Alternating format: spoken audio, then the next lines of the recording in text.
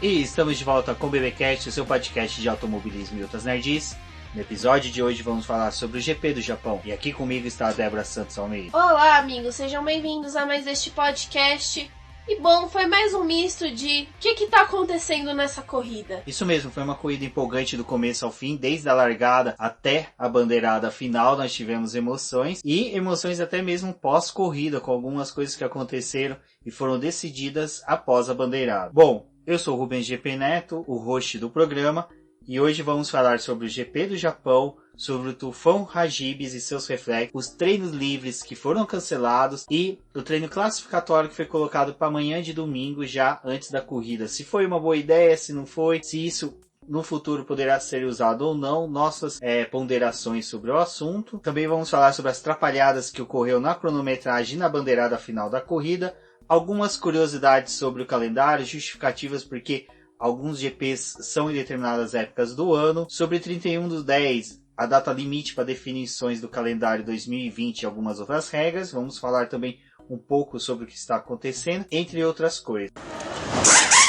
Bom, mas antes de adentrarmos ao nosso episódio sobre o GP do Japão, vamos agradecer a nossos apoiadores, aqueles que auxiliam o Boletim do Paddock através da plataforma do Apoies, por meio do nosso financiamento coletivo e contínuo.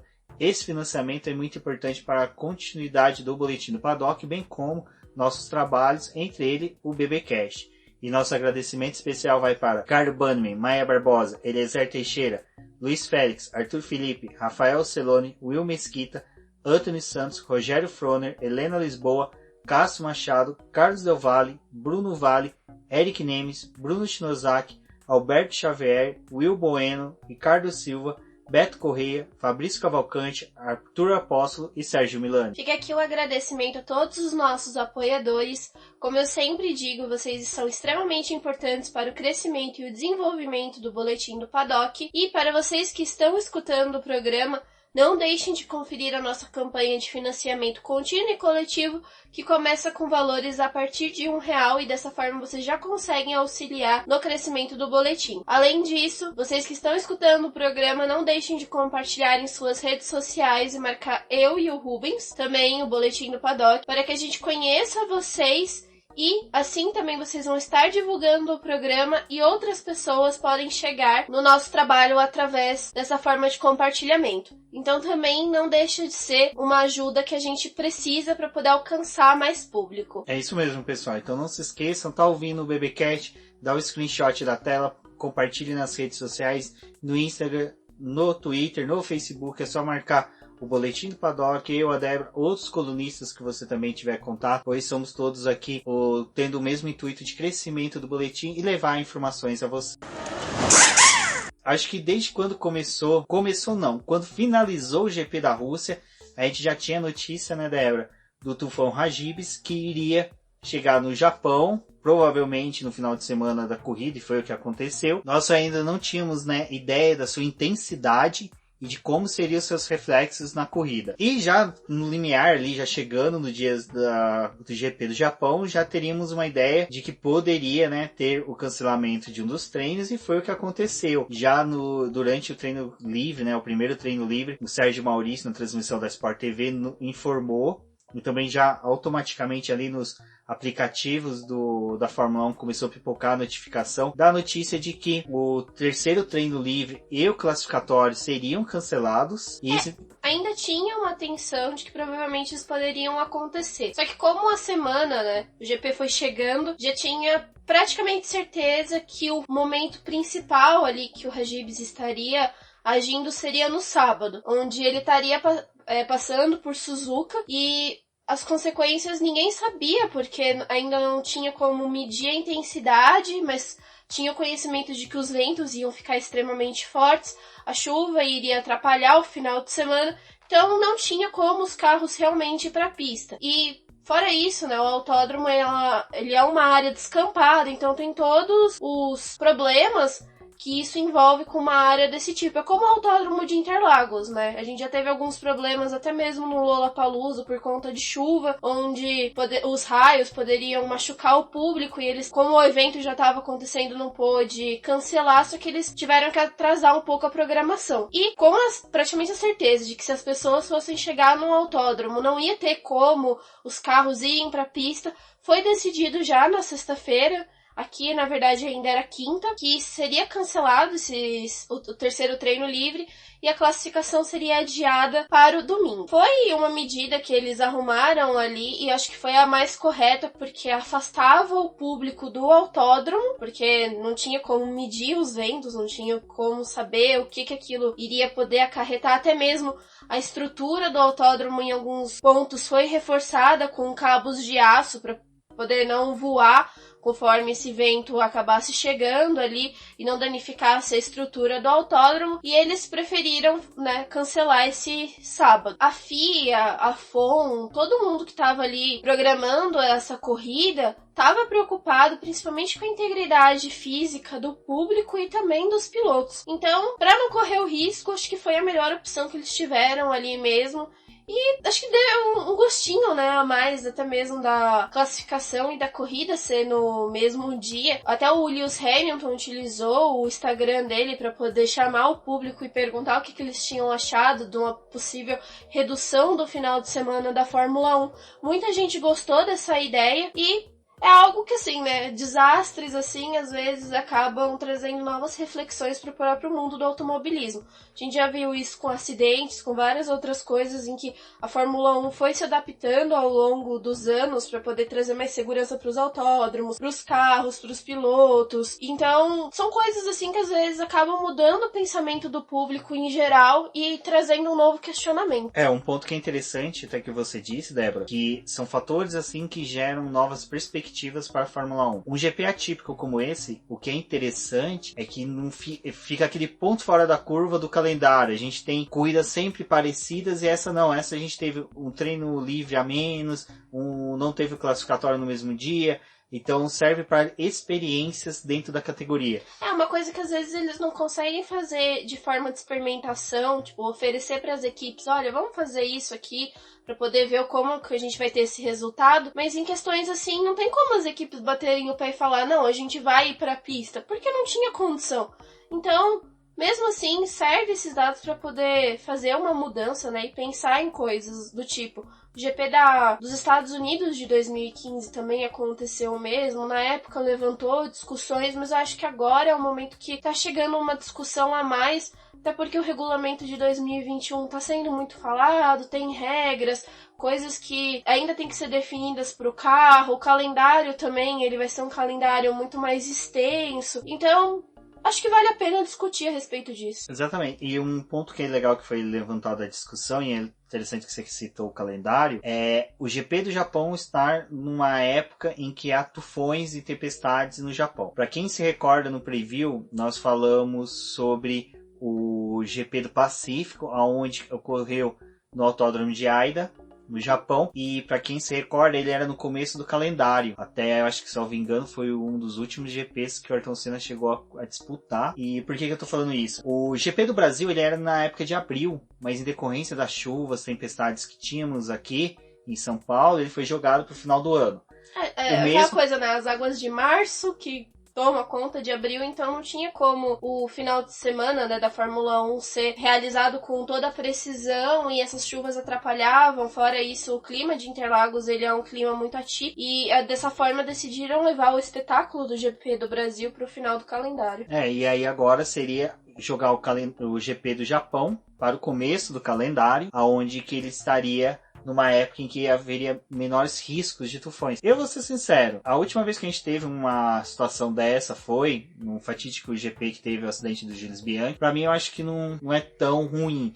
Mas aquela questão, segurança em primeiro lugar, e tanto não só segurança física e integridade física, né, dos pilotos e de quem está envolvido, como também a preservação do material que nós sabemos. A estrutura da Fórmula 1 não é uma estrutura barata. Hoje, antes da transmissão, eles mostraram o deslocamento, né? A desmontar toda a tenda. A área de transmissão.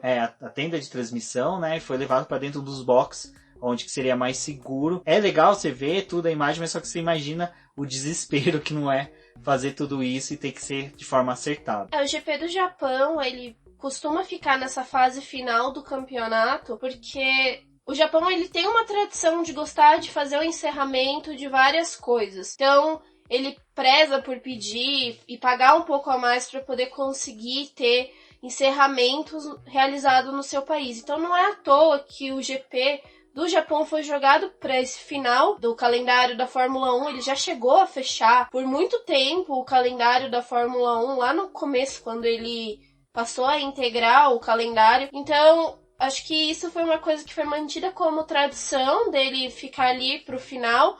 Não é à toa que hoje a gente teve a definição do título da Mercedes, né? O 6º título consecutivo de construtores deles foi decidido no Japão.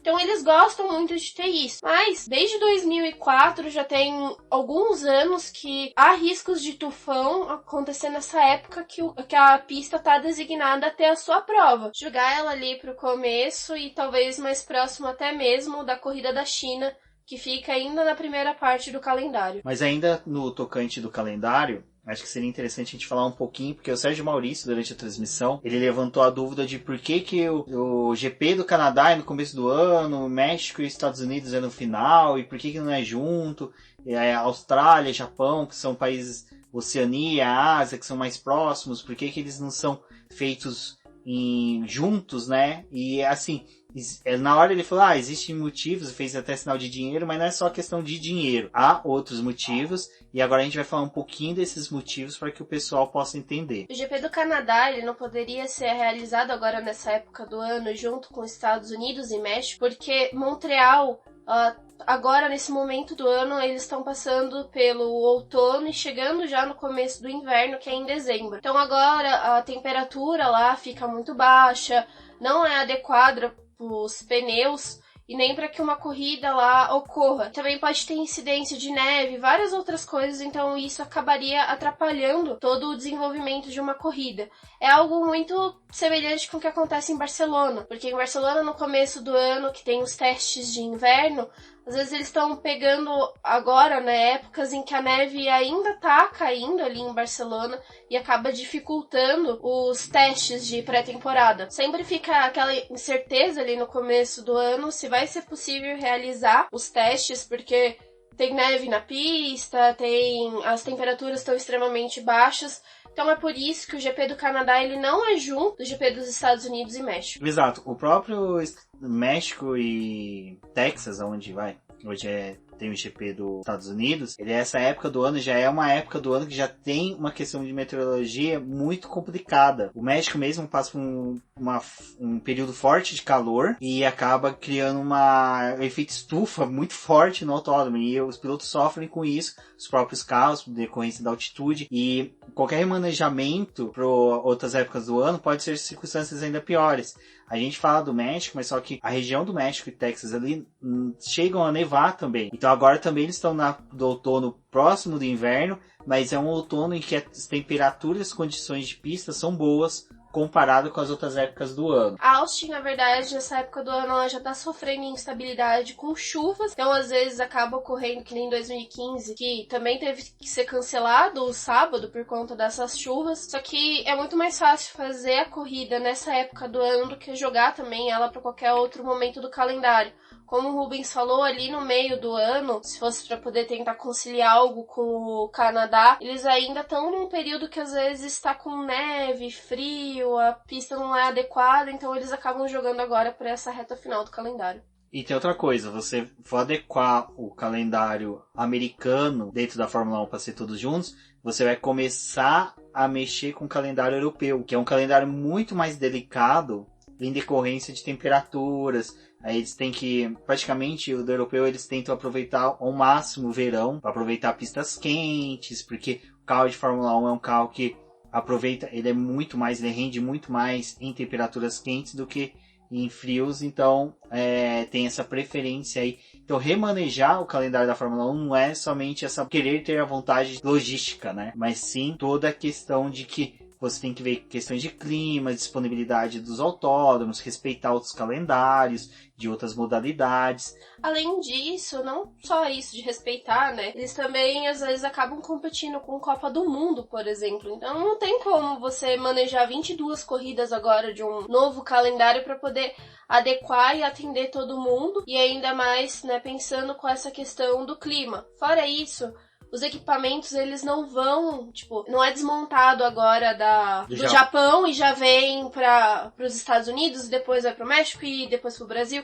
Não, o equipamento que vem pro Brasil, por exemplo, foi o que foi utilizado em Singapura, e só os carros, os motores que vêm na semana mesmo, mas toda a estrutura, eles têm estrutura de box, né? Computadores, ferramentas. Eles têm cerca de 3 equipamentos desses que eles utilizam para poder fazer a logística do ano inteiro. Então, algumas coisas vêm como carga marítima, porque é mais barato do que pagar o avião e ele pode ficar mais tempo no mar, então não tem problema de sofrer com atrasos.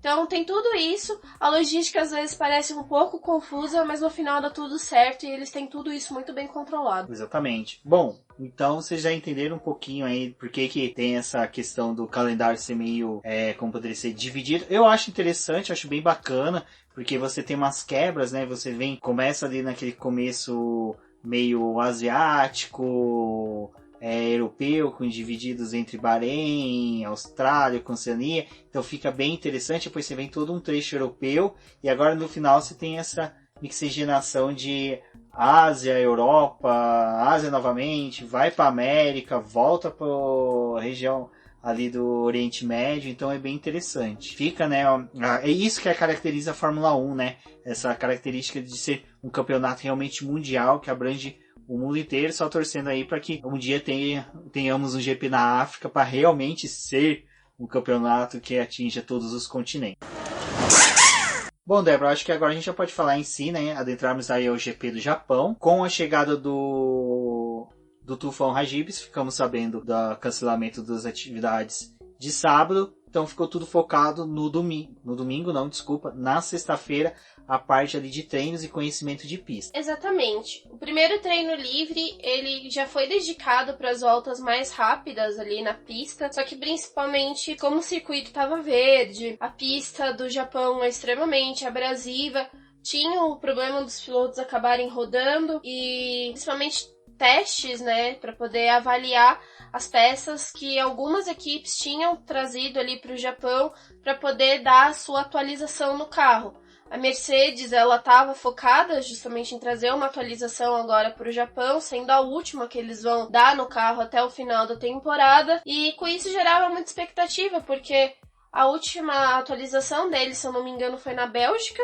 Então eles já estavam há um tempo sem atualizar o carro mesmo. A gente viu que logo depois das férias a Ferrari começou a ter um domínio muito grande no campeonato. Então, se o campeonato tivesse começado, na verdade, nessa metade do ano, a Ferrari estaria dando praticamente um pau ali na Mercedes. E depois eles trouxeram essa atualização para poder tentar dar uma melhorada e agora seguir com o resto do calendário. Eles já estão tranquilos, né? Porque hoje eles estabeleceram a vitória no campeonato de construtores. O Hamilton provavelmente já vai ser consagrado campeão novamente ali no México. O piloto que vai ser campeão de 2019 já é da Mercedes, porque os únicos que podem disputar o título é o Hamilton e o Bottas. O Bottas ainda tem chances matemáticas, mas só questão de milagre aí para ele conseguir tirar o título do Lewis Hamilton. O que é interessante desse treino, do primeiro treino livre, foi que o piloto japonês Naoki Yamamoto, ele conduziu o carro da STR, né, no lugar do Pierre Gasly. Ele é um piloto aí,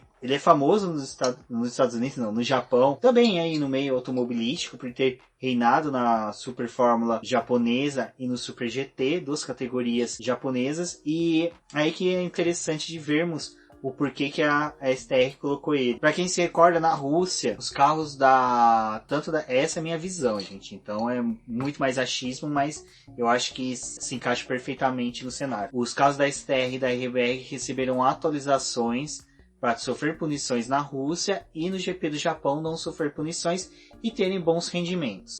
Eu acredito que junto com esse pacote de atualizações, para poder mostrar que os carros com motor Honda têm um bom desempenho, eles levaram o Yamamoto para correr fazer esse primeiro treino livre, porque ele é um piloto que tem um conhecimento muito bom e fortíssimo da pista. Então acho que o interesse aí também da Honda era mostrar que um piloto japonês conduzindo um carro com motor japonês ia ter um bom desempenho na pista. Ele mesmo, durante os rádios dele, ele dava uns toques de que o carro não tinha uma configuração tão boa para aquilo que a pista poderia dar. Foi legal. Ele tava tendo bastante dificuldade com a saída de traseira do carro, né? É um pouco diferente dos carros que ele tá acostumado a guiar, então demorou um pouquinho ali para ele poder se adaptar, mas foi interessante ver justamente um piloto japonês andando ali na pista e participando do primeiro treino livre. Teve até um momento que ele ficou um pouco chateado porque ele tinha tomado a posição do Pierre Gasly nessa primeira sessão, e ali todo mundo já tinha conhecimento de que o sábado não teria atividade na pista, então ele tava sentindo que ele tava roubando. Ele pediu espaço, desculpas né? publicamente ao Pierre Gasly, isso eu achei de uma nobreza muito grande do piloto, pedir desculpas ao outro piloto por ter pegado, mas para ele foi interessante porque o Yamamoto ele tem pontuação suficiente na superlicença, ele já foi cotado no começo do ano, ele foi um dos pilotos que era cotado a entrar na STR e não conseguiu, né? Então tem toda essa questão aí, mas foi bem bacana. Fora isso, dele ter chegado ali, participado desse primeiro treino livre, eles focaram, como a gente estava falando, nas voltas rápidas.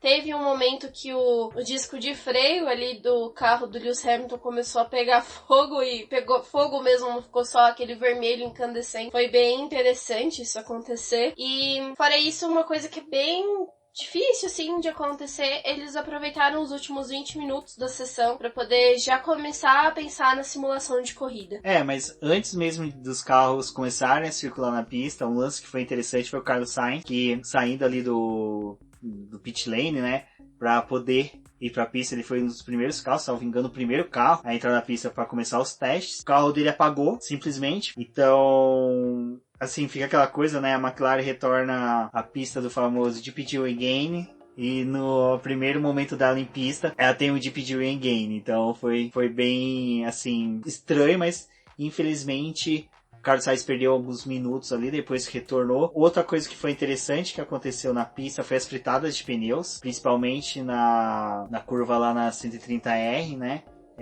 Vários pilotos fritaram pneus ali, eu acho que eles estavam fazendo realmente uma verificação de tão quão eles poderiam abusar da curva. O Giovinazzi teve problema também nessa primeira sessão, ele só deu 4 voltas no circuito e depois ele ficou parado ali no box da equipe. E fora isso, teve o Giafone, né, zoando ali com o carro da Williams, quando eles despejaram uma quantidade exorbitante de Flowvis no carro.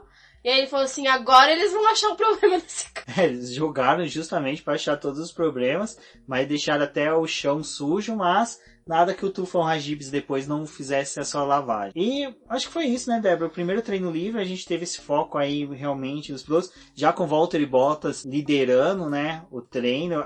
O que foi legal é que até a sexta posição foram casaizinhos, né, Valtteri Bottas, Lewis Hamilton, Sebastian Vettel, Charles Leclerc, Max Verstappen e Albon.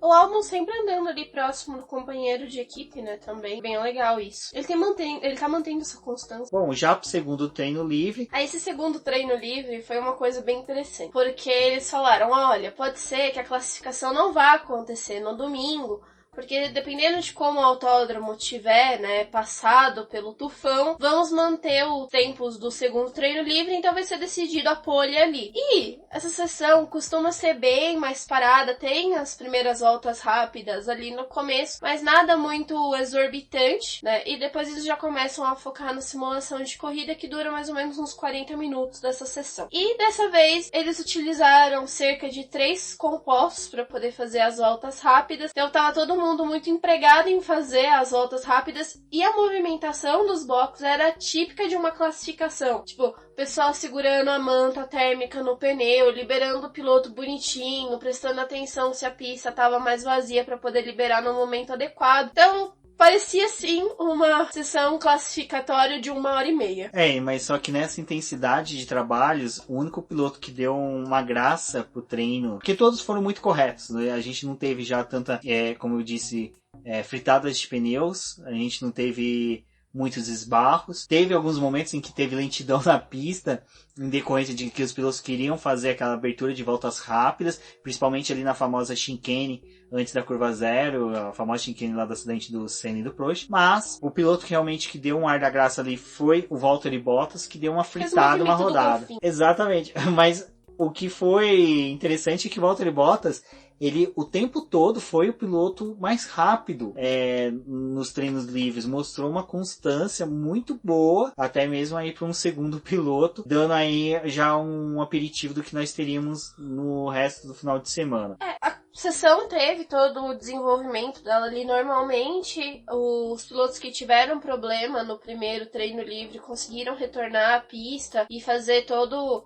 o seu cronograma ali do final de semana. Fora isso, né, teve a Ferrari num deslize, assim, dos últimos minutos, tentando instalar os pneus macios pro Vettel e pro Leclerc, tentando fazer com que eles obtivessem, né, ali uma volta rápida naquele momento. E até mesmo para poder tentar subir um pouco mais na tabela de tempos e ameaçar a Mercedes caso esses tempos fossem válidos, né, para a corrida no domingo. O Vettel e o Leclerc permaneceram na quarta e na quinta posição. Eles melhoraram o tempo deles, mas não foi suficiente para poder superar nem a Mercedes, nem o Max Verstappen, que estava ali na segunda posição. E foi dessa forma que encerrou a sexta-feira de treinos livres, né, ainda com a liderança do Valtteri Bottas e ele mostrando sim que ele estava bem forte para esse final de semana. Assim tivemos o sábado livre, né, sem atividades na pista, o que resultou em debates sobre a questão da Fórmula 1 necessitar de criar cortes de gastos e se retirar os treinos de sexta, né, comprimir tudo no sábado, fazendo o quali antes da corrida ou uma corrida classificatória no sábado. Há diversas modalidades. A gente viu vários debates sobre isso. Agora a gente vai falar um pouquinho do que nós achamos, qual que é as nossas opiniões sobre esse assunto. Bom, eu penso que num cenário de 22 provas, né, a Fórmula 1 agora já tá pensando e realmente vai se concretizar. E com o anúncio que tivemos, acho que nessa semana, se eu não me engano, deles avisando que os treinos em Barcelona, né, vão ser reduzidos apenas a 6 dias, antes eram 8, agora vão ser apenas 6, com um intervalo menor entre eles. E os treinos, né, aqueles testes que tem durante a temporada, não vão mais existir.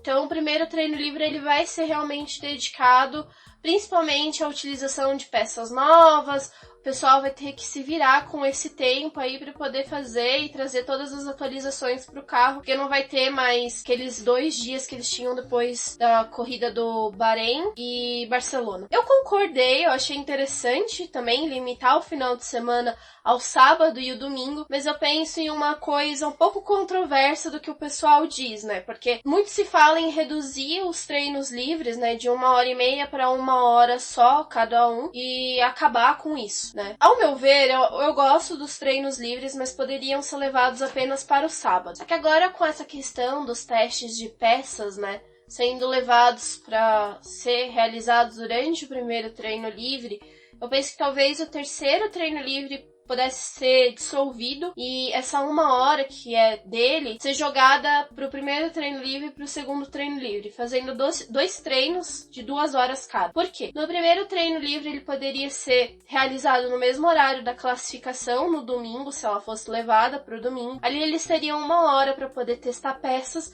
e mais 1 hora para poder fazer as típicas voltas rápidas que já são direcionadas para esse primeiro treino livre. Ele seria focado então já para classificação, correndo no mesmo horário, eles teriam uma ideia de mais ou menos como a pista vai estar no domingo, então já teria como traçar e preparar o carro, né, com essas especificações para o domingo a partir do que eles absorveram nesse começo do sábado. Já o segundo treino livre, né, eu também penso que ele poderia ser de 2 horas, focando justamente na simulação de corrida, ainda com algumas voltas rápidas, mas como nesse aconteceu que como eles não tinham, né, os 3 treinos livres, eles podiam abusar um pouquinho mais da utilização dos pneus, deixar essa utilização de pneu um pouco mais livre. Então eles fariam algumas voltas rápidas ali e teriam tempo para poder testar até mesmo os 3 compostos, que às vezes não acontece. Eles levam apenas um composto duro para poder fazer a volta de instalação do carro, retornam com o carro ali para os boxes, aquele pneu às vezes acaba até sendo esquecido porque não vai ser utilizado no domingo. Então poderia mostrar e ter mais um parâmetro do carro, fazer mais alguns ajustes, e aí sim, com essa simulação de corrida, eles teriam um carro preparado já para o domingo, né?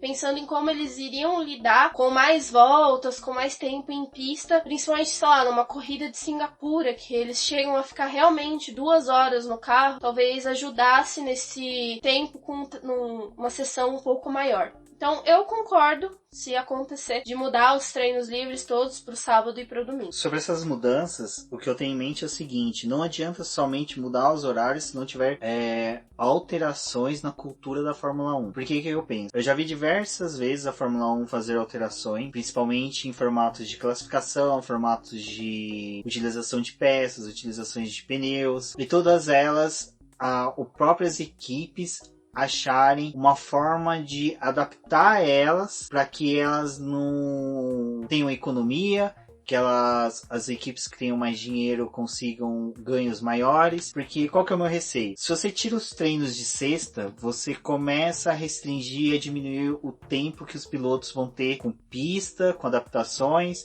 Você tem a questão de, principalmente se a classificação for antes da corrida, na década de 90 a gente tinha uma coisa chamada warm-up. Diversas vezes a gente viu acidentes acontecendo no warm-up, que acontecia que o piloto não conseguia ir para a pista. No GP do Japão a gente teve um incidente ocorrido com Robert Kubica. Ele conseguiu ir para a pista, mas e quando não conseguir, né? Qual vai ser o prejuízo? Qual que vai ser a consequência dessa para a corrida? Imagina se isso acontece com um piloto que é postulante ao título.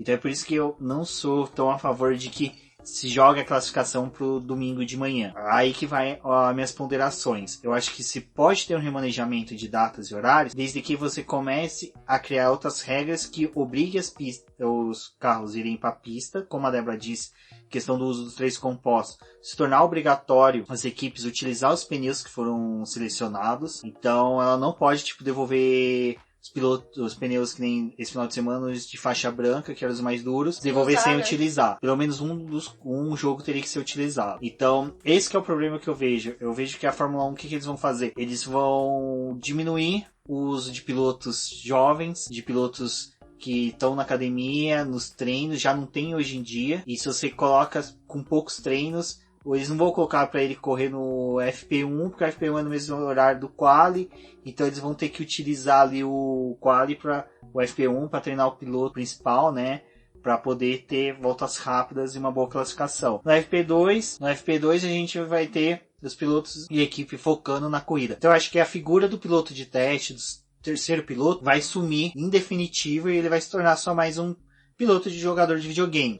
Durante os testes ali da pré-temporada, eles tentam dividir a manhã e a tarde, né, com alguns pilotos que são convidados ali pelas equipes, ou são os pilotos de testes, para poder realizar os testes no carro. Então, às vezes o principal fica com a manhã e esse segundo piloto fica com a parte da tarde. Talvez aumentando o tempo de treino, né, ali na sexta-feira, talvez colocar mais uma regra para poder obrigar as equipes a cederem pelo menos o espaço, sei lá, meia hora, 40 minutos, para que um outro piloto também possa estar guiando o carro e auxiliar, né, nessa movimentação ali na pista. Então, esses são meus receios. Eu entendo todo o discurso da questão de corte de gastos, redução de custos, mas o meu receio é as equipes, a própria Fórmula 1 não se atentar de que eles precisam levar mais emoção, mais um número maior de atividades o público. Então eu acho que se você tira sexta-feira e o público que vai na corrida autódromo na sexta-feira substitui por eventos de pista, vamos supor, corrida de carros clássicos, abertura de portões de setores onde que o público pode ver ali a frente dos boxes, a organização. Eu acho que tudo tem que ser trabalhado para você não prejudicar o público, que o público de Fórmula 1 tem aí quase 60, 70 anos de 3 dias de atividades. E eles querem esses 3 dias, eles não querem perder um dos dias. Ser trocado por um pouco mais benéfico para o público e também para as equipes. Eu acho interessante uma coisa que a gente estava discutindo aqui, a gente até conversou com alguns chefes de equipe e donos de equipe da Stock Car, que a Stock Car esse ano ela cortou um dos dias de testes para que houvesse uma economia para as equipes, muito mais focado em decorrência das mudanças técnicas, mudança do carro que vai ocorrer em 2020, que para quem acompanha o BBcast já está sabendo, a Stock Car vai utilizar um novo chassi, né? Vai ser um novo carro, a Toyota está entrando como uma das montadoras, vai ser a Toyota Chevrolet agora as confirmadas. E por que eu estou entrando nesse mérito? O que as equipes nos passaram foi o seguinte, que essa diminuição de um dia teve um reflexo muito bom para eles, porque eles têm um dia a menos de hospedagem, um dia a menos de transporte, um dia a menos de despesas com alimentação, mas a gente está falando da Stock Car em que realmente os custos são muito enxutos. Eles tentam ao máximo maximizar os ganhos e perdas, né, para poder assim ter um ganho relativo com o dinheiro que entra. A Fórmula 1 já é um pouco diferente. Ele sempre tratou, né, de números exorbitantes, né, da Fórmula 1. Não é só isso, a Fórmula 1 tem outra coisa. As equipes gostam de chegar muito antes para ter adaptações. A gente está falando de fuso horários diferentes. Para quem se lembra do preview de Singapura, quando a gente explicou de como é tratado os pilotos, todo o esquema de horários, hotéis. Então tem toda essa questão, para quem viaja muito para fora do país, para países em que fuso horário é diferente, sabe como é difícil lidar com jet lag. Então eu acho que as equipes não vão deixar de viajar no tempos que elas já tinham. Tem compromisso com patrocinadores, com eventos que ocorrem na terça, quarta e na quinta. Aqui no Brasil mesmo, GP do Brasil, provavelmente vocês vão ver, a gente vai informar alguns eventos que ocorrem. Então tem tudo isso que já está envolto da Fórmula 1, que num remanejamento desse tem que ser muito bem trabalhado, muito bem cuidado. Eu torço piamente para que, se caso ocorra, eles pensem na sexta-feira ser voltada para o fã, sabe? Abrir os boxes, abrir visitação, track wall, deixar o público andar na pista, conhecer.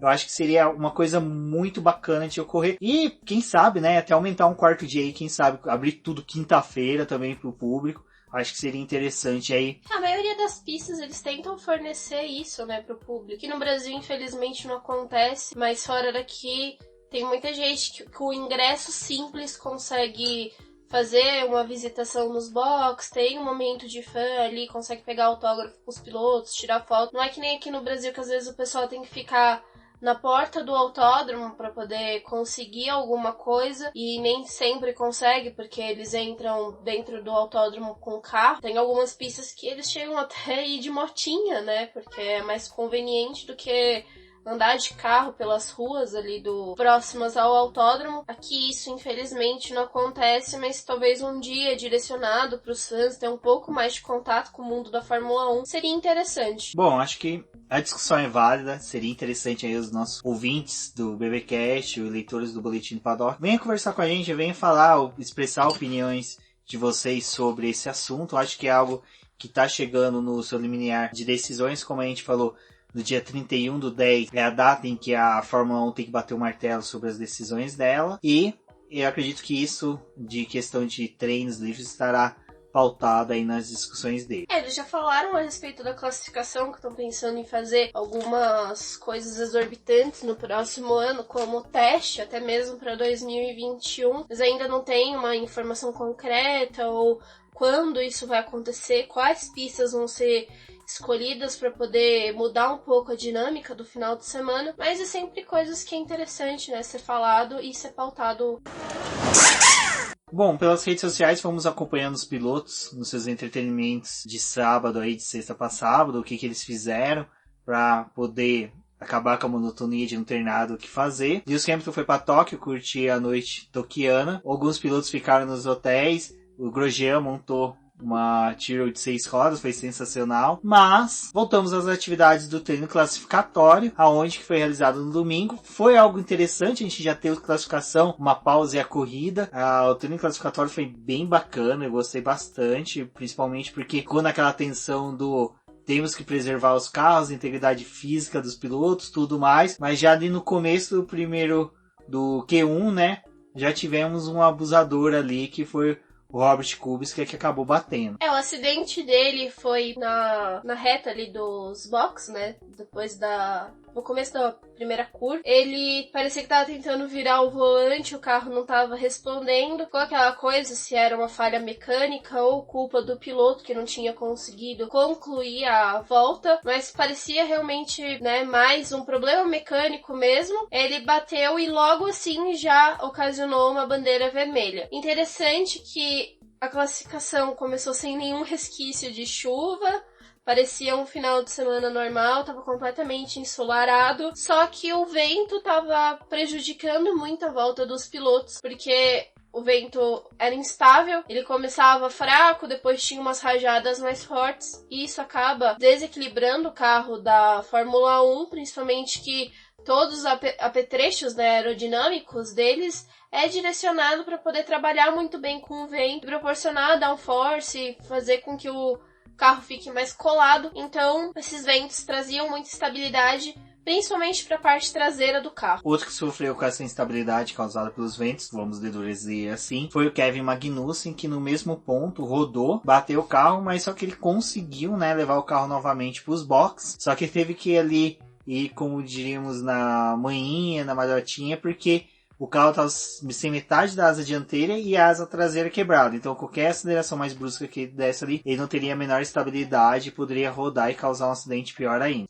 O acidente do Kevin Magnussen foi um pouco mais parecido com o momento que o Bottas rodou lá no segundo treino livre, ele deu uma escapada na pista. Lembrou um pouco, mas o do Magnussen ele acabou batendo, né? E como o Rubens falou, ele teve que dar a volta inteira no circuito, não pôde já entrar ali pelo pit lane. Então ele foi dando aquela voltinha na maciota até conseguir levar o carro para os boxes. Com essas duas partes em bandeira vermelha, rapidamente, quando a pista voltou a ser liberada, já formou aquela fila ali no pit lane. Todo mundo já estava querendo buscar a volta rápida, logo de cara, sem perder tempo, até porque, como já tinha acontecido 2 acidentes no começo da sessão, poderia vir a acontecer mais alguma coisa. Então ninguém hesitou e já foi logo buscar as voltas rápidas. Quem buscou as voltas rápidas conseguiu se livrar da eliminação, mas quem acabou sendo eliminado e não conseguiu alvejar aí as voltas rápidas foi o Daniel Ricciardo, que foi o 16º colocado. Ele estava bem satisfeito com o carro, né? Depois que ele fechou a volta e ele não conseguiu avançar. Ele já falou assim, olha, a gente conversa aí nos boxes, mas o clima do Ricardo com a Renault já tá ficando bem complicado, né? Ele tá insatisfeito porque ele não tem o carro adequado. Nos momentos de corrida, às vezes o carro da Renault se sobressai, tem um desenvolvimento melhor, mas na classificação eles ainda andam pecando em alguns momentos. Depois, outro que não conseguiu foi Sérgio Pérez, que ficou em 17º colocado, e George Russell, né, que figura ali em 14ª colocação por um bom tempo do treino, mas infelizmente acabou caindo aí para 18ª posição, foi eliminado. Os carros da Williams estavam batendo quase 2 segundos de diferença do primeiro colocado, era uma diferença muito grande, mas o George Russell eu acho que é um piloto que deve ser destacado aí, porque ele consegue extrair algo desse carro que é impressionante. O piloto inglês ele consegue ter um desempenho muito bom, apesar da ferramenta que lhe é dada. E o Magnussen, né, que não teve tempo aferido, porque ele não conseguiu completar a volta rápida, e nem o Robert Kubica. O líder da sessão foi o Charles Leclerc, daquela maneira dele, né, sempre tentar buscar a volta rápida e já começar a encabeçar ali as primeiras posições. E foi interessante desse treino, né, Débora, que a gente viu ali alguns ousados, que foi o Charles Leclerc, o Vettel, o Lando Norris, que tentou, né, usar o pneu duro já na saída. Não entendemos o motivo, acho que foi muito mais um reconhecimento de gripping da pista, já que o tufão Hagibis lavou, né, deixou a pista novamente verde. Mas assim, foi o único momento que esses pneus foram utilizados no final de semana. Tirou a cera do pneu, né, só. Só. Tirou aquela ilustração típica que a nova fabricação da Pirelli tá dando. Já pro Q2, nós tivemos aí, né, Débora? Foi tranquilo, vamos pôr dessa forma. Acho que o treino classificatório ele foi um treino muito mais cerebral, onde os pilotos tentaram extrair ao máximo sem serem ousados. E a gente sabe que a pista de Suzuka, ele não perdoa quem tenta ser muito ousado. Exatamente. Ali a gente não teve tanto problema no desenvolvimento do Q2. Ainda logo depois das primeiras voltas rápidas, o Hülkenberg ele já ocupava a 15ª posição, ele já estava ali na zona de corte, e ele começou a reclamar, né, da troca de marcha do carro, que estava apresentando problema, e ele rapidamente precisou retornar para os boxes. Nesse momento, Gasly, Kvyat, Giovinazzi, o Stroll e o próprio alemão estavam na zona de corte, mas ainda teriam direito a mais uma volta rápida. O Hülkenberg, ele identificou no meio da volta dele, né, que ele estava sem a direção assistida, ele estava sem assistências que o carro pode dar, ele foi solicitado que ele não mudasse mais de marcha, que ele viesse com a marcha que ele estivesse para os boxes. Isso acabou prejudicando aí o treino classificatório dele, mas eu acho que assim, o destaque que fica do treino, principalmente do Q2, foi a atuação do Antonio Giovinazzi, que não participou do primeiro treino livre, foi um dos pilotos que mais deu volta no FP2 ao lado do Sebastian Vettel. Então, para esse Q2 ele conseguiu ficar novamente à frente do Kimi Raikkonen. E os eliminados foi o Giovinazzi na 11ª posição, seguido por Lance Stroll, Kimi Raikkonen na 13ª posição, Daniil Kvyat na 14ª e Nico Hülkenberg na 15ª posição. Como vocês podem ver, os carros da Renault realmente não renderam nada. Foi uma lástima a participação deles aí no treino classificatório. Bom, Débora, já no Q3 o pessoal não perdeu tempo e já foi direto pra pista. Exatamente. Já teve mais uma saída rápida ali dos boxes. Todo mundo de novo focando na utilização dos pneus macios. Então, era realmente para poder buscar a pole. E era engraçado que ninguém tava dando nada pro Sebastian Vettel ali. Todo mundo focado em Bottas, que tinha liderado os 2 treinos livres.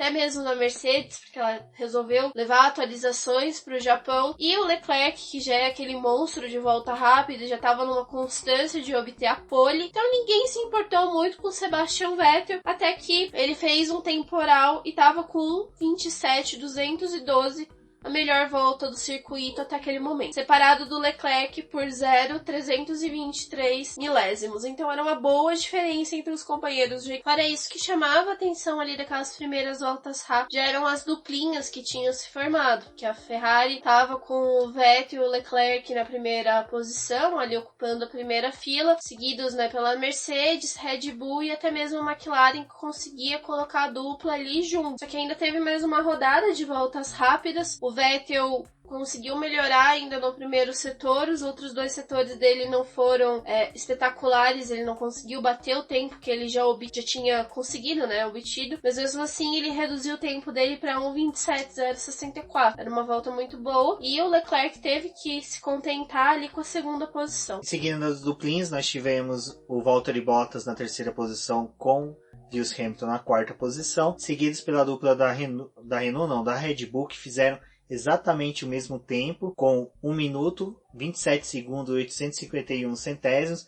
Max Verstappen e o Albon fizeram exatamente o mesmo tempo, só que o Verstappen ficou na frente porque ele foi o primeiro a abrir a sua volta rápida. Fechando, né, o top 10 do Q3, nós ainda tivemos a dupla juntas, o Carlos Sainz e o Lando Norris, seguido por Pierre Gasly e o Grosjean, que conseguiu levar a Haas aí ao Q3. Ele tinha apenas um jogo de pneu macio, então ele deu a volta dele depois que o pessoal estava recolhendo para os boxes, teve que se contentar ali com a 10ª posição, que era o melhor que ele poderia fazer com a Haas. Foi o melhor com aproximadamente 2 segundos, 277 centésimos da pole. Então, realmente, o Grosjean ali era um estranho no ninho do Q3, porque o carro da Haas infelizmente não rendeu tudo isso no final de semana. A corrida que aconteceu, né, pouco depois do término da classificação, já tudo ali bem emendadinho, o Robert Kubica, ele teve que largar do pit lane, porque precisaram fazer reparos no carro dele, não tinha completado o tempo, então ele saiu do pit lane, enquanto Kevin Magnussen pôde alinhar o carro dele no grid, ficando com a 19ª posição. Apesar da tempestade que caiu no sábado, a temperatura era quente, então juntava isso com a abrasividade do asfalto. A gente tinha uma perspectiva ali de que as equipes poderiam optar por 2 paradas, sendo que se fosse feita uma só, a possibilidade de chegar a um desgaste muito grande do último composto, ou o composto que fizesse stint maior, seria muito grande. Então, antes da largada, a gente já tinha uma perspectiva ali que o trabalho dos boxes poderia decidir a corrida, mas só que até o final da corrida a gente não tinha uma ideia de como isso poderia ter sido tão influente. Pra largada, né, Débora, a gente pode falar ali que ela foi, assim, ela já começou meio que fora de uma situação habitual que nós esperamos, porque o Sebastian Vettel foi abocanhado pelo terceiro colocado Valtteri Bottas, onde que as Mercedes, podemos dizer assim, que simplesmente usaram as Ferrari de trampolim para as duas primeiras posições. Parecia, né, pensando ali no GP da Rússia, que o Vettel tava dando a posição dele logo pros carros da Mercedes, né. A diferença é que não teria como fazer a troca, né, inversão de posição ali na pista, porque, óbvio, o time alemão tava querendo a vitória do campeonato de construtores, então que se danasse, né, a Ferrari e o que tinha acontecido ali. Mas, realmente, o Vettel ele acabou não largando tão bem, ele perdeu logo a primeira posição pro Bottas, e o Leclerc, ele praticamente fez o papel ali dele, né, como se fosse um escudeiro, ficando atrás do Sebastian Vettel, tentando defender ali a terceira posição dos ataques do Hamilton, até porque não tinha espaço para os dois fazerem a curva junto. No entanto, lá na segunda curva, o Leclerc e o Verstappen acabaram se encontrando justamente por essa perda de contato que o Leclerc estava tendo com o começo, né, do pelotão. Exatamente. O Verstappen, né, ele tentou ali ultrapassar o Charles Leclerc. Charles Leclerc, ele podemos dizer que sim, que espalhou bastante na curva até tocar no piloto holandês, jogando o Max Verstappen para fora da pista, danificando os dois carros. O mais danificado ali no caso, na verdade, foi o Verstappen, porque o carro dele começou a perder muito rendimento. Então, além dele cair para a última posição, porque ele rodou, o carro dele já estava instável. Lembrando que na classificação e nos treinos livres, ele até reclamou da falta de potência do motor, que o motor não estava entregando tudo que ele estava tentando buscar ali com o carro. Então, já não era o final de semana ideal para a Honda, que estava tentando chegar ali no pódio e conseguir uma melhor posição, né? Até um destaque para eles ali no Japão. Já começou a dificultar ali para que a Red Bull conseguisse um melhor resultado na pista japonesa, né? E nisso a gente via o Charles Leclerc seguindo na pista, mas com a asa dianteira variada. Ele estava com a peça lateral da asa dianteira praticamente solta, presa somente por alguns pedacinhos ali, raspando no chão, soltando faíscas. E o Lewis Hamilton chegando cada vez mais no monegasco. Ele chegou até mesmo na reta principal a encostar, jogar o carro do lado para tentar uma ultrapassagem, mas seguiu assim até a terceira volta, né, Débora? Na final da terceira volta, para completar ali o início da quarta volta, a gente viu que a peça do carro do Charles Leclerc após a saída da 130R se soltou. Ele estava tentando segurar o espelho retrovisor dele com a mão. Então ele tava fazendo a curva todo cruzado para poder segurar a peça do carro que tava soltando. E a Ferrari falando, olha meu filho, vamos entrar aqui nos boxes, porque, né, tá perigoso sua situação. Ele, não, relaxa aí que eu dou conta, galera. Pode deixar que eu fico aqui na pista. Tá tudo ótimo com o carro. E o carro se desintegrando inteiro. A asa tava toda destrambelhada já. O retrovisor querendo se soltar. E pra ele, que não queria, né, perder a posição e nem queria cair ali pro final do grid, porque ele sabia que no momento que ele parasse nos boxes, a Ferrari ia fazer a troca da asa, não. Ele resolveu tentar enganar ali a Ferrari, ficou até que a situação começou a ficar insustentável, né? E ele foi obrigado a ir pros boxes. Mas até ele ir pros boxes, houve a soltura ali da peça, que voou, pegou no carro do Lewis Hamilton. Abençoado seja o ralo. O pedaço bateu no ralo, mas bateu no retrovisor do Lewis Hamilton, que correu a corrida inteira sem o retrovisor direito. Detritos do carro do Charles Leclerc entrou no duto de freio do Lando Norris, e mais tarde veio prejudicar ainda a corrida do Lando Norris, onde houve um superaquecimento dos freios, então ele teve que começar a trabalhar a corrida inteira com os freios superaquecidos. Então você vê que as consequências da batida do Charles Leclerc foram além, né, da batida. Fora isso, ele poderia, qualquer pedaço daquele carro poderia ter entrado na parte de baixo do assoalho, danificado o assoalho de outro carro, furado o pneu de qualquer outro piloto que tivesse ali na pista. Então realmente não era adequado que ele permanecesse no circuito. E o que foi interessante é que após o incidente, né, saiu a notícia que só seria... Primeiro eles falaram que não ia investigar, né? Aí depois seria após a corrida. Aí depois apareceu novamente que estava sobre investigação. E nisso foi tendo a corrida normalmente. A gente teve lá o Sebastian Vettel tentando se aproximar do Valtteri Bottas, mas de repente a gente vê um toque, né, um encontro entre o Albon e o Lando Norris, aonde que o Albon bate no Lando Norris e acaba prejudicando a corrida do inglês. No caso ali, os dois são ingleses, mas vamos tratar o Lando Norris como inglês e o Albon como tailandês. Por que disso? Nesse momento foi aberta a investigação sobre o incidente e o do Verstappen e do Leclerc ainda lá constando que estava sobre investigação. Saiu a punição, quer dizer, saiu o resultado da investigação. Né? Que não ia ser investigado, foi acidente de corrida do Albon e do Norris. E o do Charles Leclerc e do Verstappen continuava. E isso foi até depois da corrida. O Verstappen ele começou a reclamar no rádio dele, falando ele recebeu a notícia, né, da equipe de que não seria investigado. Por que não vai ser investigado? Foi claro que ele bateu em mim, me tirou do jogo. Olha, tipo, a posição que eu não tô conseguindo render nada. E até que ali na 9ª volta, enquanto o Verstappen tava se arrastando pelo circuito, o Verstappen ia ser ultrapassado pelo Leclerc. Ele não tentou, né, deixar barato, ele ainda tentou dar uma empurrada ali no Leclerc, mas com o carro avariado não tinha muito o que ele fazer. Ele foi obrigado a ceder o espaço ali e o Leclerc acabou ultrapassando ele. Lá na volta 15, foi o momento que o Verstappen acabou abandonando. E aí ficou aquela coisa, vocês vão punir agora? Vocês vão deixar? Vai acontecer o quê? Até que eles falaram, não, vai ser só no final da corrida mesmo. Tipo, o Verstappen já abandonou, não tem mais o que fazer. O Leclerc vai continuar fazendo a corrida dele ali e depois a gente vê o que acontece no final, né? Outra investigação que surgia durante a corrida era do Sebastian Vettel, aonde que os comissários falaram que ele havia queimado a largada. Durante uma sequência boa ali, a transmissão começou a passar a largada do Sebastian Vettel, a possível queimada dele.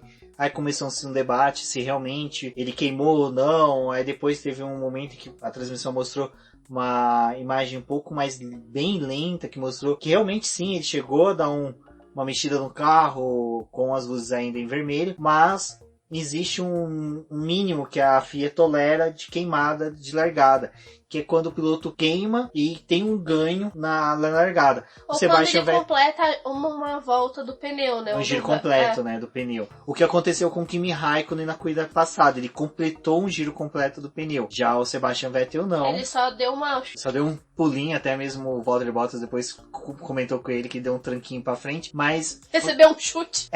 Mas o Sebastian Vettel, ele teve a manha ali de que, mexer, parou, mas só que nesse dele parar foi onde teve a largada. Teve a largada e ele perdeu a posição pro Valtteri Bottas. Então, podemos dizer assim que o Sebastian Vettel se autopuniu a si mesmo e acabou perdendo. Eu acho que foi bem bacana, assim, do que aconteceu. Deu uma dinâmica diferente pra corrida. Parecia que os comissários também estavam tentando ser um pouco mais brandos ali, né? Deixar a disputa pra pista, né?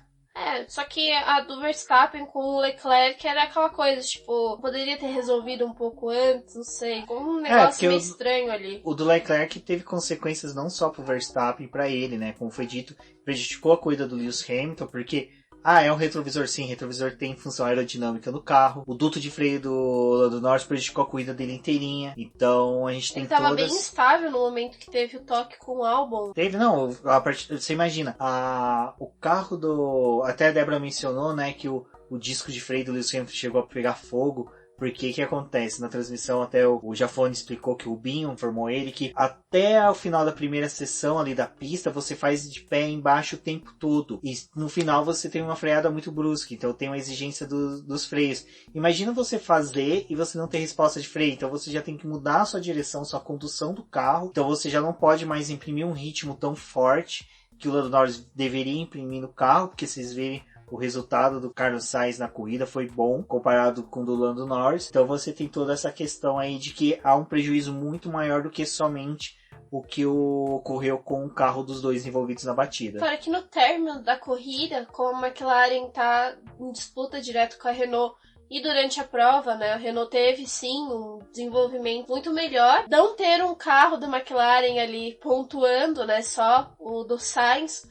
já dá uma mudança na dinâmica do restante do campeonato. Exato, e eu acho que agora é interessante de falar um pouco sobre as paradas, né? Porque como foi dito, a Pirelli havia recomendado 2 paradas para quem não fosse utilizar os pneus de faixa branca, são os compostos mais duros. O que a Pirelli recomendou foi o pessoal que fosse largar com os pneus macios deveria parar entre a volta 24 e a 27, instalar os médios e fazer o restante da prova. Isso seria para quem estivesse pensando em apenas uma parada. Além disso, também tinha a configuração em utilizar o pneu macio e até a 20ª e a 23ª volta parar e colocar os duros, que não parecia tão adequado, apesar que, se você pensasse pro final mesmo da corrida, o pneu duro teria um desenvolvimento melhor que até os próprios médios. Mas era mais ou menos isso para quem estivesse focando em apenas uma parada. Para quem focasse em 2 paradas, a Pirelli apostava na utilização de 2 compostos médios no início da prova, com parada na 20ª volta, e depois fazendo mais 20 voltas com esse pneu macio e aproveitar as últimas 13 voltas da corrida com os pneus médios. Então era isso que a Pirelli tinha, né, feito como uma proposta para as equipes traçarem as suas estratégias. Eu acho que foi o primeiro GP no ano em que a gente teve um volume de estratégias maiores e inúmeras possibilidades de utilização de pneus. Salvo engano, deve ter sido sem intercorrência de safety car, acidentes. Foi a primeira corrida que a gente teve 2 paradas até mesmo de piloto, pela estratégia dada pela Pirelli, não estratégias traçadas pelo estrategista das equipes. Lembrando daquela em que o Lewis Hamilton parou para poder pegar um composto mais macio e assim ganhar do Verstappen. Mas eu acho que foi a primeira em que eles já chegaram com estratégias traçadas com possibilidade de mais de uma parada. Isso eu achei bem bacana. Eles aproveitaram todo o contexto do asfalto ser abrasivo, ter uma exigência muito alta de carga aerodinâmica sobre os pneus em decorrência dos S das curvas de altas. O fato de também não ter a classificação ali no sábado, ela ter sido jogada para o domingo, ajudou a influenciar isso, porque a pista estava verde ainda, tinha tido tufão, então realmente apostar em 2 paradas era algo mais interessante, até por conta do asfalto que estava completamente abrasivo, né? Agora a gente vai falar um pouquinho do que aconteceu, né? E foi o que mudou toda a dinâmica do restante da prova. O Vettel, ele foi para os boxes, ele foi o primeiro a parar, a parada dele foi na volta 17. A Mercedes respondeu com o Bottas na volta seguinte. O Vettel voltou com os pneus macios, ele já tinha começado a corrida com os macios, então ele foi instalado no carro dele mais um jogo de pneus macios. Ele realizou a parada um pouco antes ali do que a Pirelli tinha proposto e já dava sinal realmente, né, confirmando que ele ia precisar de mais uma parada, porque é uma das regras da Fórmula 1, não é só que você faça a parada, mas que você utilize 2 compostos diferentes ao longo da corrida. Logo depois o Bottas fez a parada dele e no carro dele foi instalado os pneus médios. O que dava a entender era que, bom, a Mercedes vai com o carro do Bottas até o final dessa forma, então ele vai utilizar esse pneu. Pode não ser uma boa opção, porque o Vettel vai ter que fazer mais uma parada, só que, teoricamente, o alemão estaria com os compostos mais novos ali no final da corrida, então ele teria mais chance de atacar os carros da Mercedes. Só que o que chamou a atenção ali foi o rádio que a Mercedes direcionou para o Bottas informando: você vai ter mais uma parada. Então estava claro que o Bottas teria que parar mais uma vez, querendo ou não, a Mercedes já tinha feito essa estratégia para ele. Então era a mesma coisa que a Ferrari estava propondo ali para o Sebastian Vettel, mas com compostos diferentes. O Hamilton fez a parada dele na volta 22 e a Mercedes falou que talvez não fosse necessário, que talvez ele ia conseguir seguir ali com o pneu dele até o final, mas, né, o Bottas ficou tipo, e aí? O que tá acontecendo aqui, galera? Por quê? O Hamilton pensou, bom, eles me colocaram os pneus, né, os médios, para eu poder terminar a corrida. Mas o ideal não seria ter instalado os duros para mim poder ir até o final e ter uma folga melhor no final da corrida?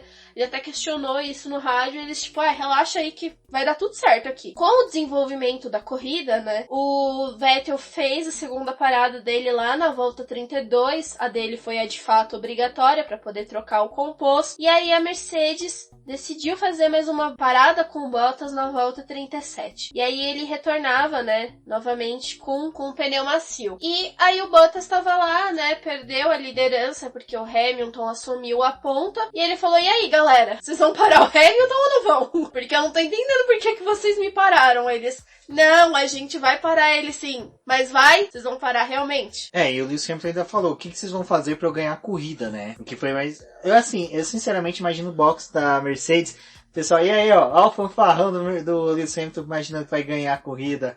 Pessoal bebendo cerveja, comendo amendoim, já comemorando o 6º título, porque a posição que o Leclerc estava na corrida não permitia que a vitória da Mercedes fosse adiada. já ia ser no Japão, era algo fático, então não tinha o que o Leclerc fazer e o Vettel fazer para adiar essa vitória. Então eles começaram a trabalhar ali, o que nós vamos fazer? Eu acho que o que eles fizeram? Foram lá na caixinha de consciência pesada da equipe, falaram, o que tá mais fedendo aqui? Ah, aquela vitória que a gente não deu, tirou, na verdade, do Bottas na Rússia no passado. E não tinha necessidade, né, de fazer isso de novo com ele. Tipo, Exato. Tirar dele a vitória e dar pro Hamilton, sendo que, tipo... Ele liderou os treinos, fez um final de semana excelente. O Bottas foi o nome do final de semana. E se a disputa do campeonato agora é entre os dois, então por que não deixa os dois se resolver? Tipo, ficou claro. bacana até. E exatamente uma coisa que você falou agora. Na disputa do campeonato são os dois únicos que podem disputar. Uma vitória do Bottas dá aquele chantilly a mais no bolinho ali, só pra poder a gente ter uma não vai passar do México, a gente sabe que vai terminar no México. Voltando, o que foi interessante que naquilo ali, na disputa de rádio entre os dois, quem tava de boaça era o Sebastian Vettel. Além disso, quem tava de boaça era o gráfico ali dos pneus, que tava falando tranquilamente que os pneus estavam ótimos do Hamilton, e o Hamilton, ai, meus pneus estão maravilhosos, eu estou com uma vontade de cantar uma linda canção aqui na frente do liderando a corrida, e o Bottas, tipo, e aí, galera? E aí? Não, e esses gráficos, literalmente retirados do videogame, achei sensacional. Mas eram uns gráficos assim que eu achava assim... meio bizarros, não, né? vocês vão colocar só o pneu tá 70% e 60%, 70% e 60%. Não há uma possibilidade de ser 59,2%, um 42,8%, assim, sabe? É muito redondinho. Da onde que vocês estão pegando essas informações aqui? Que sensor que vocês colocaram no carro? Eu achei bem bacana. Bom, dá uma dinâmica, né, pra corrida. Isso que foi interessante, porque mais pra frente vocês vão ver que se tornou uma dinâmica muito mais interessante. Nisso, seguiu-se a corrida, chamaram o Lewis Hamilton para os boxes. Foi exatamente no momento que mostraram que os pneus dele estavam em 70%, que ele tinha como terminar a corrida tranquilamente. Então mostraram assim, que ele tinha condições de terminar a corrida, mas vamos chamar ele. Chama ele, que o piloto vem. Lembrando que o Sebastian Vettel já havia feito o pit stop. Ele estava com os compostos de faixa amarela, que era dito como os compostos médios, que a Ferrari não tem um bom desempenho. E o Sebastian Vettel de boa. Esse foi o final de semana. Acho que o Sebastian Vettel tirou todo o peso que tinha nas costas dele e falou, mano, eu vou curtir esse final de semana. Eu vou curtir, fiz a pole, perdi a pole por cagada minha, mas tô curtindo. Foi uma coisa que eu tava falando com a Rafaela, do Garota da F1. Aliás, acompanho o trabalho dela, que também é bem incrível. A gente começou a conversar depois da corrida o que tinha acontecido ali, né? Com a Mercedes e até mesmo com a Ferrari. Porque a estratégia da Ferrari também não parecia adequada ali no começo da corrida. A da Mercedes muito menos, porque no momento em que eles levaram o Hamilton para os boxes, eles já estavam atestando que o Hamilton ia perder a segunda posição. Por consequência, eles perderiam também a dobradinha do time. Talvez fosse melhor, tipo, Bottas, dá uma apertada aí, a gente faz a inversão, você vence a corrida. Só que não, tipo, pode ser que eles estavam correndo bem de boaça, né? Tipo, a gente já venceu, já conquistou tudo. Dane-se, vamos correr. Sábado à noite eles não tinham nada pra fazer, eles foram nas lojinhas de compra lá no Japão, compraram vários dados de jogar RPG, e eles viravam assim pro piloto, joga aí. Joga D20. Sair... É a parada que você vai fazer. Pontuação alta você não para, pontuação baixa você para. Hamilton, 2. Ih, rapaz, entra nos boxes. E o Hamilton entra, coloca os compostos macios, né, faixa vermelha. E aí a gente fala, agora vai ser Hamilton time, o cara vai vir com faca nos dentes. E o Sebastian Vettel lá, mano, capinzinho no canto da boca, viseirinha meio aberta, de boaça. Colocaram um chapéu de palha nele e ele tava dirigindo tranquilaço. E aí que eu falo, aonde que o tetracampeão se mostra. Ele começou a fazer um traçado defensivo, um traçado nas curvas, que era uma coisa assim que empolgante de se ver. Ele fazia as curvas que você via que o Lewis Hamilton chegava, de repente... vai passar, não vai. De repente o Vettel só dava aquela estringada, dava tipo um motoboy que chutou o retrovisor, nem me viu. Fum! Pegava a reta ali, você via, Ferrari simplesmente sumia nas retas. O Lewis Hamilton abria o DRS, Sebastian Vettel sumia, era a mesma coisa. Parecia que os dois estavam com o DRS aberto. Isso que foi sensacional dessas voltas finais. E nisso, o Bottas lá, tranquilaço, de boa. E os caras na transmissão, não, porque esse pneu amarelo da Ferrari não casa bem, que não sei o que. Aí, de repente, aparece o gráfico dos pneus. Lewis Hamilton tinha acabado de colocar os pneus, não tinha nem 5 voltas, 10 voltas no máximo. pneu já tava acabando. Sebastian Vettel, os pneus dele estavam... Ele tinha trocado... o Vettel, ele parou na volta 32, né? Que ele colocou os pneus médios. E o Hamilton parou na 42. Então o pneu do Vettel já tinha 10 voltas a mais do que o dele. E apesar de ser o médio, ele já tava mais, né, degradado. Mas o Vettel tava fazendo o carro ali ficar bem largo, ele não tava nem aí com o que tava acontecendo atrás dele. E isso era muito legal, porque ele tentou utilizar todo o circuito, né, pra poder bloquear a ultrapassagem do Hamilton, desculpa. E depois também, quando eles encontraram os retardatários, ele passou a abrir a asa, né, e conseguir se defender dos ataques do Hamilton. Mas mesmo assim, tipo, o Hamilton não conseguia fazer muita coisa ali com os retardatários, porque o Vettel começou a utilizar eles mesmo. Tipo, é isso aí, vamos lá. Não, e foi sensacional. As últimas voltas foi bem empolgante. Eu acho que assim, o que ficou bacana desse GP é que do começo ao fim foi um GP disputadaço. E com toda essa pancadaria dos dois pilotos lá, até esse momento ainda tava lá as lupinhas de investigações. Então, do Leclerc e do Verstappen. Então a gente tinha toda essa questão de que vai ser decidido depois, esses dois estão se atritando, e agora o Valtteri Bottas tá lá na frente. James, hoje eu ganho. Hoje eu venço. Nem se o Godzilla aparecer aqui agora eu perco esse GP. E assim foi até a bandeirada final, com o Sérgio Pérez, né, aparecendo do nada no muro lá, simplesmente ele brotou, bateu, rodou ali na primeira curva, houve um toque dele com o Kvyat, se não me engano, eu lembro que era um piloto da STR, mas o que é interessante desse... foi com o Gasly, a Débora aqui no Minha Voz de Consciência me corrigiu, ele... Foi que a batida aconteceu na volta... No começo da volta 53, né? 52 para os outros dois pilotos. E que simplesmente ao final da corrida foi aquele momento em que ela acabou, né, Débora? Porque a gente teve o tempo final, eu fiz ali o tweet do top 10, falei, bacana, tá legal. Aí a Débora falou, você fez errado. Eu falei, como assim eu fiz errado? Simplesmente a corrida... O sistema de cronometragem de Suzuka fechou na volta 52. Então imaginem se o Hamilton tivesse passado o Vettel, a ultrapassagem não teria validade, porque simplesmente a cronometragem fechou no 52, o sistema ali fecha no 52 e acabou. Para quem se recorda, no ano passado, o GP do Canadá, os organizadores colocaram uma modelo para dar a bandeirada final, e ela deu uma volta antes. Então valeu o resultado da última volta, né? A bandeirada marcava até aquele momento o encerramento da corrida. Para esse ano eles instalaram um sistema ali na reta de largada, então é ele que começa e termina a corrida. E com isso a bandeirada ela só é uma coisa simbólica agora. Ela não tem mais simbólica porque assim, desde que a corrida de automobilismo existe, tudo mudou. Das rodas que eram de madeira sem pneu, que era uma faixa de ferro. Correndo. Que era uma faixa de ferro que segurava, até capacetes de couro, tudo isso mudou. A única coisa que nunca mudou no automobilismo, não importa qual modalidade que seja, a bandeira quadriculada dá ao final da corrida. Isso é uma coisa que existe, sempre vai existir, sempre vai ter.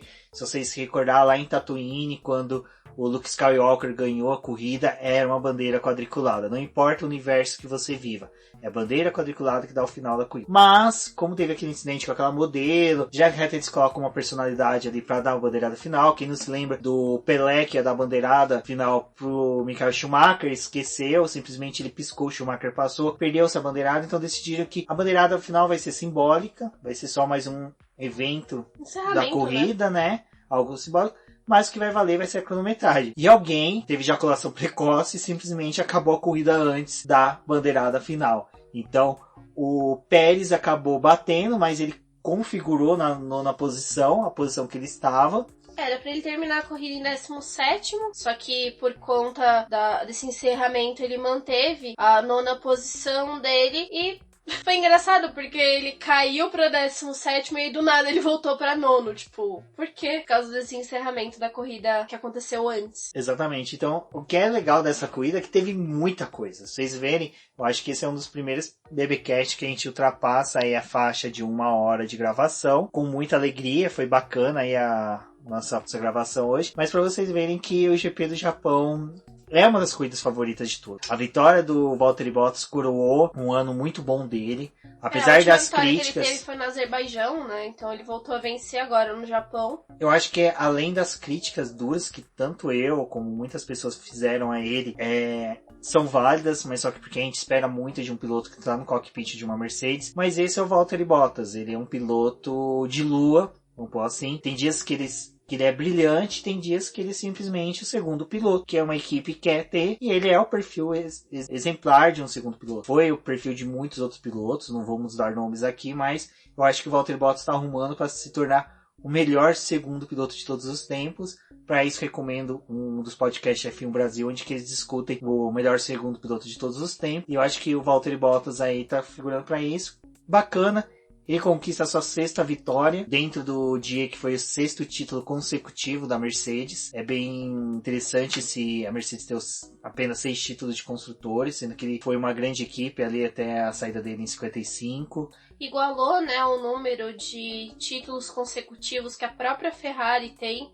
Ela também no período do Schumacher conseguiu obter 6 títulos seguidos, então apesar da Mercedes estar extremamente longe dos feitos da Ferrari em número de campeonatos de construtores, essa marca ainda é bem interessante desses dois times. É interessante dessa marca porque a Schumacher e a Ferrari conseguiu isso de 1999 até 2004 e esse feito só a Mercedes tem um pouquinho mais de vantagem porque ela conseguiu conciliar pilotos, construtores, os dois títulos ao mesmo tempo, como foi dito no programa. Agora só o Valtteri Bottas e o Lewis Hamilton conseguem disputar o título. Lá em 1999, quem ganhou foi o Mika Hakkinen, a bordo de uma McLaren com motor Mercedes. Mas só que para quem não se lembra, em 1999, Michael Schumacher sofreu um acidente, quebrou a perna, ficou uma parte do calendário fora. A Ferrari fez tudo para Ed Irvine ser campeão. Até as últimas corridas o Schumacher veio e se tornou um escudeiro do Ed Irvine, então isso é um fato bem interessante. Quem quiser um dia verifica a temporada de 1999, é interessante que tem isso. Michael Schumacher tentando auxiliar o Ed Irvine a ser campeão, mas não conseguiu. Então são fatos aí que você vê, um GP traz muita coisa, muita discussão. A pauta desse GP foi bem interessante de se fazer. Como a gente teve praticamente domingo livre, a gente trabalhou aí na pauta, então acho que ficou um programa gostoso. Mas antes de finalizarmos, vamos falar do restante do grid, né, Débora? Porque também tivemos coisas boas acontecendo da 4ª posição para trás. Bom, fora essas disputas que a gente teve ali, do Bottas que venceu a corrida com o Vettel na 2ª posição e o Lewis Hamilton em 3º, teve o Albon no 4º lugar representando a Red Bull e no melhor final de semana dele, o melhor resultado que ele tem desde a troca dele da Toro Rosso para a Red Bull. Então foi legal ali, apesar da Red Bull não conseguir levar o carro realmente para o pódio, que era um desejo deles, o Albon conseguiu, né, mais uma vez superar o companheiro de equipe, apesar de ser de uma forma fatídica, né, pro Max Verstappen. O legal é que é uma disputa de 5 corridas, está 3-2 pro Albon, então mostrou ser uma boa escolha, mostrou que realmente o Marco realmente tem uma boa visão aí para a escolha de pilotos. Logo depois, ali atrás do Albon, terminou o Carlos Sainz na 5ª posição. Ele também fez uma boa corrida, teve ali ameaçando os carros da Mercedes. Terceira vez no top 5 da Fórmula 1. Tentou conseguir colocar o carro de uma forma melhor ali. Ele até ficou na 3ª posição no momento que o pessoal estava fazendo as trocas ali. Depois o Vettel fez a ultrapassagem nele. Mas foi interessante ver ele ali um pouquinho mais pra frente. Para isso, Daniel Ricciardo com a 6ª posição e o Nico Hülkenberg em 10º. Então, as Renaults que não tiveram uma classificação muito boa, conseguiram reverter isso num bom resultado. Você fala a 6ª posição do Ricciardo, mas só que a gente lembrando que no cruzamento de faixa de final, o Leclerc estava na 6ª posição, né? E nós tivemos aí, para alegria do Will Mesquita e dos nossos amigos do Papai Orange, nós tivemos uma McLaren à frente de uma Ferrari, então isso foi bem bacana. E como a Débora disse, né, as Renaults renderam bastante na corrida. Foi uma corrida maiúscula dos dois pilotos. Eu acho que o Hülkenberg aí, mais uma vez, é uma lástima, na minha opinião, ele não continuar na temporada de 2020 até o momento, pois não há nenhuma confirmação dele em um dos cockpits da Fórmula 1. Exatamente. Bom, a gente volta para poder falar daqui a pouco da punição do Leclerc, porque isso merece um pouquinho mais de atenção, mas realmente o Daniel Ricciardo conseguiu levar o carro da Renault até a 6ª posição. O 10º lugar ali, ele foi bem disputado até o final da prova, mas principalmente ali nas voltas do meio, em que Giovinazzi figurou ali, o Raikkonen também tentou aquela 10ª posição, mas com as trocas eles não conseguiram isso e sobrou para a Renault, né, com o carro do Hülkenberg. Pulando ali para a 8ª posição, veio o Pierre Gasly com a Toro Rosso. Ele e o Sérgio Pérez se tocaram antes dessa término da corrida, mas a posição deles foi mantida, então o Gasly ficou em 8º, o Pérez em 9º e fechou o grid. E agora a gente vem, né, para poder falar um pouquinho a respeito da punição do Leclerc, que só saiu depois da corrida, mas quando a prova terminou, já sabia que eles seriam chamados para poder prestar esclarecimento por conta da batida. O Verstappen estava bem nervoso pelo que aconteceu ali, então ele estava bem indignado que ele teve que abandonar a corrida, teve várias consequências para ele. E eles foram chamados, conversaram com os comissários, depois foi a vez dos chefes de equipe serem chamados e dar o depoimento dele. E com isso, após toda essa conversa, o Mattia Binotto, ao deixar ali a sala dos comissários, já informou para os jornalistas que estavam próximos ali, então essa informação veio por meio do Twitter, que o Leclerc teria tomado 15 segundos de punição e dessa forma ele perderia o 6º lugar para o Daniel Ricciardo, passando ao seu 7º colocado da corrida. E aí, né, a punição dele de 15 segundos, ao meu ver, foi muito branda, porque ele só perdeu uma posição, sendo que ele tirou um piloto da corrida, danificou o carro de outros pilotos. Então, sei lá, eu possivelmente teria dado pelo menos mais uns 5 segundos pelos outros carros que ele acabou danificando. Só que, né, com o tempo de volta ali, talvez não fosse surtir muito efeito no restante do grid. Bom, sobre a punição do Charles Leclerc, é aquilo que eu comentei agora há pouco. O prejuízo da batida não ficou somente entre os dois envolvidos, entre o Max Verstappen e o Charles Leclerc. Se estendeu a outros pilotos. A gente só consegue mensurar o Lewis Hamilton e o Lando Norris por causa do feedback que as equipes deram depois do press releases, né, Débora, das equipes, onde que eles esclareceram que o Lewis Hamilton teve, além do prejuízo do retrovisor, ainda teve alguns detritos que pegou em outras partes do carro, então a gente não sabe quanto que isso prejudica no alinhamento de peças, e no Lando Norris, que teve o prejuízo no duto de freio dele, superaquecimento dos freios. Eu mesmo no Twitter falei isso, uma coisa que eu sempre bati em cima, eu sou de uma escola de como eu posso dizer, pessoas que defendem que a punição deve se dar muito mais pelas consequências do que pela intenção. E no caso, o do Leclerc, a intenção dele era realmente segurar o Max Verstappen, ele conseguiu, mas as consequências foram muito maiores. Eu acho que se a batida tivesse ficado somente resumida naquele incidente ali dos dois, uma punição de 5 segundos seria ótimo, seria perfeito. O dos 15 segundos eu acho que seria até mais ele ter teimado em permanecer na pista com peças soltas. Isso é regra da FIA, vai para todas as categorias, vai além. Apesar da FIA não ter falado para ele, olha, você tem que entrar, eles não deram a sinalização da pista, tipo, olha, seu carro tá danificado, entre. A equipe já tinha feito esse papel de chamar ele, convocar ele pros boxes, e a teimosia dele fez ele ficar lá na pista. Então aí os 15 segundos acho que é válido para esses dois momentos. Mas a partir do momento que uma peça se solta, tira o retrovisor do carro do Lewis Hamilton, que é uma peça de segurança importantíssima e tem efeitos aerodinâmicos no carro. O pessoal falou muito do incidente do Massa, né, na Hungria, que aconteceu de soltar a peça e ter ido no capacete dele.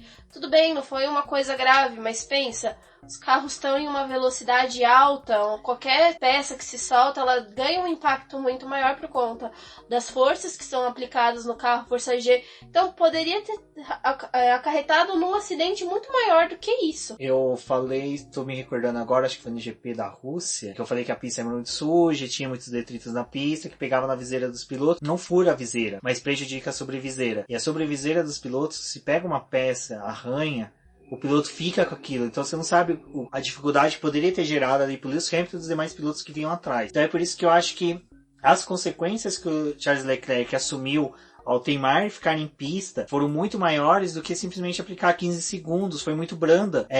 Ele sai... Sabe aquela questão de você punir, mas beneficiando o malfeitor? Que é aquela coisa em que você aplica uma multa de 5 mil reais para uma empresa multimilionária em que ela não vai fazer nada. Hoje, em questões de discussões de meio ambiente, você tem multas ambientais que são pífias. Então, empresas elas aceitam descumprir as regras ambientais por pagar multas que são ridículas, mixarias. A Fórmula 1 já teve essa discussão em que você dá penalidades em que compensa o piloto fazer aquilo. Então, eu acho que ficou muito barato, ficou baratíssimo pro Charles Leclerc. Vai ter, por exemplo, ele perdeu uma vitória dele lá no Canadá. E tudo bem, o Leclerc não estava disputando uma vitória ali na situação da corrida, mas ele tirou um piloto que a equipe passou um GP atrás, preparando todo o carro para poder fornecer para ele a melhor corrida ali. Tudo bem, quando você tem a largada, você tá sujeito a qualquer coisa acontecer com você, mas, porra, o piloto saiu da corrida, tipo, o problema da Red Bull foi muito mais grave do que os 15 segundos que o Leclerc levou, porque ele ainda terminou na zona de pontuação, coisa que a Red Bull não pôde reverter, porque o Leclerc, ele fez uma corrida de recuperação como se nada tivesse acontecido no carro dele, como se ele tivesse furado um pneu no começo da prova, tipo, furou o pneu, entrou, trocou e fez a corrida de recuperação. O Verstappen, ele não teve essa chance, porque o carro dele parou de render no momento que teve a batida. Ele já estava com outros problemas que só somaram com aquele incidente e ele foi obrigado a abandonar. E você falou uma coisa agora que é bem interessante, Débora, que é essa questão do Verstappen ter abandonado, né? A gente tem, na verdade, o Max Verstappen e o Charles Leclerc numa disputa acirrada pela terceira posição do campeonato. E agora a gente tem o Max Verstappen empatado com o Sebastian Vettel, com 212 pontos, e o Charles Leclerc liderando com 221 pontos, no caso aí 9 pontos a mais. Então a gente, assim, com o carro da Ferrari rendendo o que tá rendendo, tá muito fácil do Sebastian Vettel ultrapassar o Max Verstappen, encostar no Charles Leclerc e começar uma disputa doméstica pela terceira posição. Então a gente simplesmente teve aí uma consequência muito maior, né, sobre essa disputa entre os pilotos, entre até mesmo direto entre o Max Verstappen e o Charles Leclerc. O Max Verstappen ali foi eliminado por um adversário direto no Mundial de Pilotos. Tem mais uma coisa que as meninas estavam comentando lá no Girls Like Racing a respeito disso, que foi como que é a visão dos fãs. Porque se fosse ao contrário, o Verstappen ter tirado o Leclerc da corrida, tava todo mundo caindo em cima do Verstappen e massacrando ele, lembrando de todas as coisas que ele já fez em outras corridas e o quanto que ele foi ruim ali, apesar dele ter um ano que está sendo extremamente limpo nas disputas dele, que ele está indo muito bem, recordar o passado dele. E o Leclerc, devido aos feitos dele, de ter acumulado pole, ter superado o Sebastian Vettel, ter também conseguido vitórias, parece que anula o fato dele fazer uma coisa errada na pista. Tipo, ele não fez nada errado, ele só tava ali numa circunstância, coitadinho, ele não deveria ser punido. Enquanto se fosse na posição do Verstappen, poxa, por que não deu uma punição pra ele muito mais dura do que ele realmente merecia? Primando ainda nesse assunto das consequências, a gente teve a questão do duto, né, de freio do Lando Norris, que foi almejado aí por peças do carro do Charles Leclerc, que prejudicou a corrida dele. Hoje, o Lando Norris está empatado com Sérgio Pérez e Nico Hülkenberg com 35 pontos. O Lando Norris está na 12ª posição do campeonato de construtores. Então, ele não pontuou nessa corrida. Então, ou seja, é lógico, a gente agora entra muitos ICs, mas só que a gente vê que ele tá empatado com dois outros pilotos que normalmente pontuam. E pontuaram nessa corrida, aliás, por conta dessa coisa da prova ter terminado antes. Auxiliou o Sérgio Pérez a empatar, né? Porque ele conseguiu ali 2 pontos, em que ele pulou de 33 pontos a 35, empatou com o Lando Norris e com o Nico Hülkenberg. Mas o Lando Norris, por não ter pontuado, ele fica empatado ali. E isso tá atrapalhando mais um piloto, né? Então é nisso que a gente tá batendo, nas questões das consequências em que um feito de um piloto, numa teimosia dele, numa escolha, numa opção que ele teve de traçado, acabou gerando para toda a corrida. Bom, já aproveitar, né, finalizar essa discussão, acho que vocês entenderam o nosso posicionamento aqui. Seria interessante vocês falarem com a gente o que vocês acharam da punição. Foi válida, não foi? Foi justa, não foi? Demorou muito. É uma característica aí que a Fórmula 1 teve agora de demorar, porque chamar os pilotos para conversar. Eu sou da opinião que punições têm que ser dadas em pista, e se não for para gerar consequências nessa corrida de imediato na pista, que seja gerado para a próxima corrida. Como estávamos falando de pontuação, vamos para um campeonato de pilotos, né, para o Mundial de Pilotos, para ver a pontuação dos pilotos. Atualmente, Lewis Hamilton, desde que o Lewis Hamilton assumiu a liderança aí após o Valtteri Bottas ter figurado algumas vezes na liderança, ele está com 338 pontos, liderando aí, seguido pelo Valtteri Bottas com 274 pontos. O Charles Leclerc vem em terceira posição, como eu falei agora há pouco, com 221 pontos, 9 pontos à frente do Max Verstappen e do Sebastian Vettel, que os dois estão empatados com 212 pontos. Max Verstappen lidera em decorrência das vitórias. Carlos Sainz vem em sexto, com 76 pontos, seguido por Pierre Gasly com 73 pontos, Alex Albon com 64 pontos está na oitava posição, na nona posição vem Daniel Ricciardo com 42 pontos, Nico Hülkenberg, Sérgio Pérez e Lando Norris, como dito agora há pouco, 35 pontos, esses estão empatados ali em 10º, 11º e 12º lugar. No Mundial de Construtores, a Mercedes, né,